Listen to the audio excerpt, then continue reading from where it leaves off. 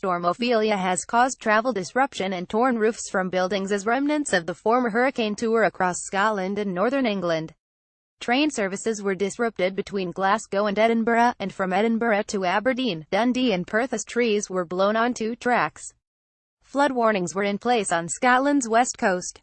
Part of a derelict block of flats in Glasgow, already earmarked for partial demolition, collapsed at about 4 a.m.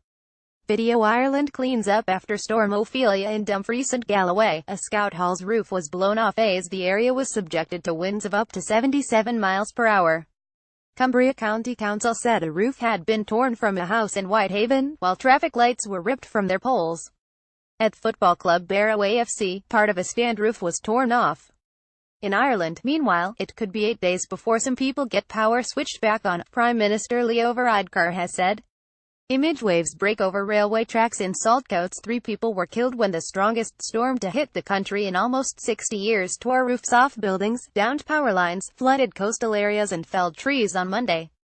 A major repair and cleanup operation is now underway. Mr. Varadkar, who has visited engineers working in some of the worst-hit areas, said there were 2 incidents in which emergency workers almost died because power lines had come down. It is anticipated that the vast majority of people will have power restored in the next 3 to 4 days, he said. Some may be without power for 8 days. Image a tree felled by Storm Ophelia in Cork on Tuesday afternoon. Around 170,000 customers were still without power.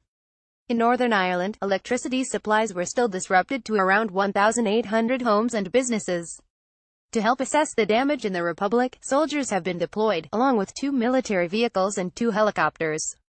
Thousands of staff from the Electricity Supply Board are working to fix fallen and broken cables. They will be joined by crews from Northern Ireland, while others from Scotland and France are expected to be drafted in on Wednesday.